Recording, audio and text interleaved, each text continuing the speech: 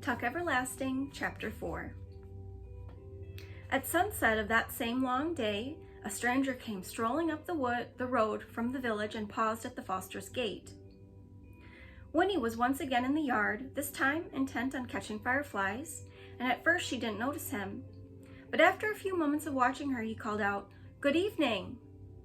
He was remarkably tall and narrow, the stranger standing there.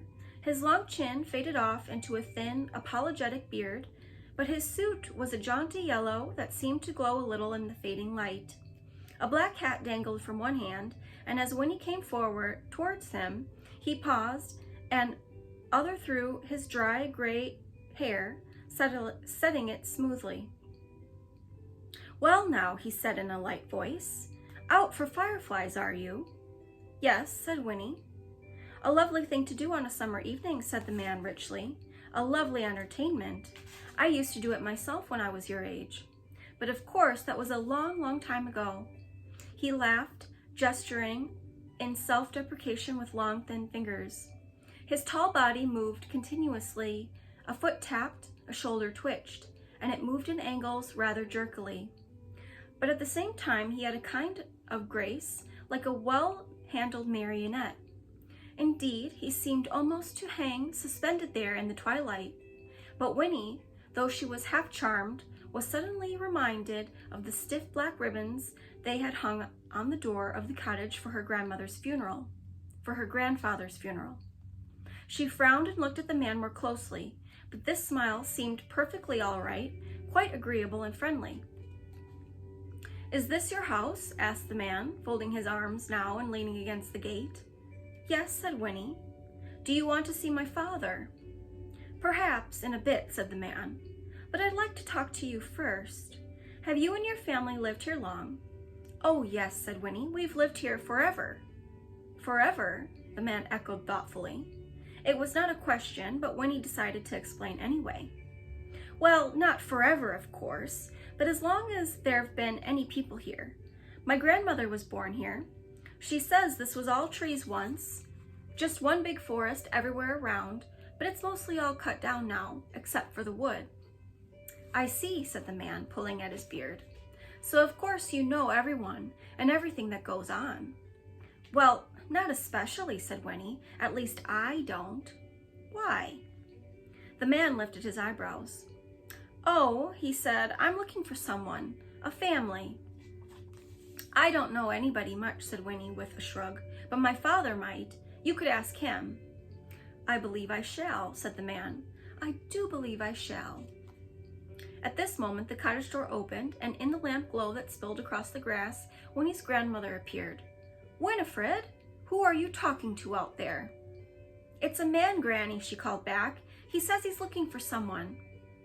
"What's that?" said the old woman. She picked up her skirts and came down the path to the gate. "What did you say he wants?" The man, on the other side of the fence, bowed slightly. "Good evening, madam," he said. "How delightful to see you looking so fit."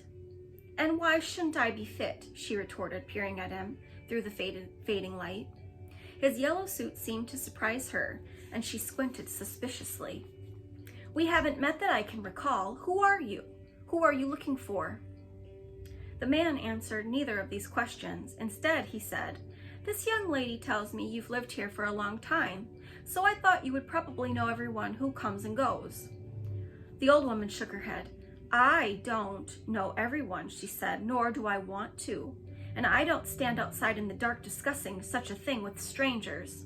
Neither does Winifred. So," and then she paused, for through the twilight sounds of crickets and sighing trees, a faint, surprising wisp of music came floating to them, and all three turned towards the wood. It was a tinkling little melody, and in a few moments it stopped. "My stars," said Winnie's grandmother, her eyes round. "I do believe it's come again, after all these years." She pressed her wrinkled hands together, forgetting the man in the yellow suit. "Did you hear that, Winifred? That's it. That's the elf music I told you about. Why, it's been ages since I heard it last, and this is the first time you've ever heard it, isn't it? Wait till we tell your father." And she seized Winifred's hand and turned to go back into the cottage. "Wait," said the man at the gate. He had stiffened, and his voice was eager. "You've heard that music before, you say." But before he could get an answer, it began again and they all stopped to listen. This time it tinkled its way faintly through the little melody 3 times before it faded. "It sounds like a music box," said Winnie when it was over. "Nonsense! It's elves!" crowed her grandmother excitedly. And then she said to the man at the gate, "You'll have to excuse us now." She shook the gate latch under her nose and made sure it was locked, and then, taking Winnie by the hand once more, she marched up the path into the cottage, shutting the door firmly behind her. But the man in the yellow suit stood tapping his foot in the road for a long time all alone, looking at the wood.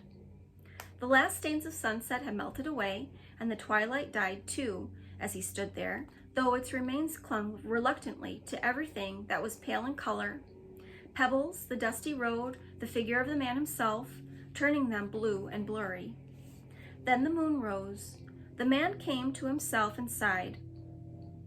His expression was one of intense satisfaction. He put on his hat, and in the moonlight his long fingers were graceful and very white. Then he turned and disappeared down the shadowy road, and as he went he whistled very softly the tinkling little melody from the wood.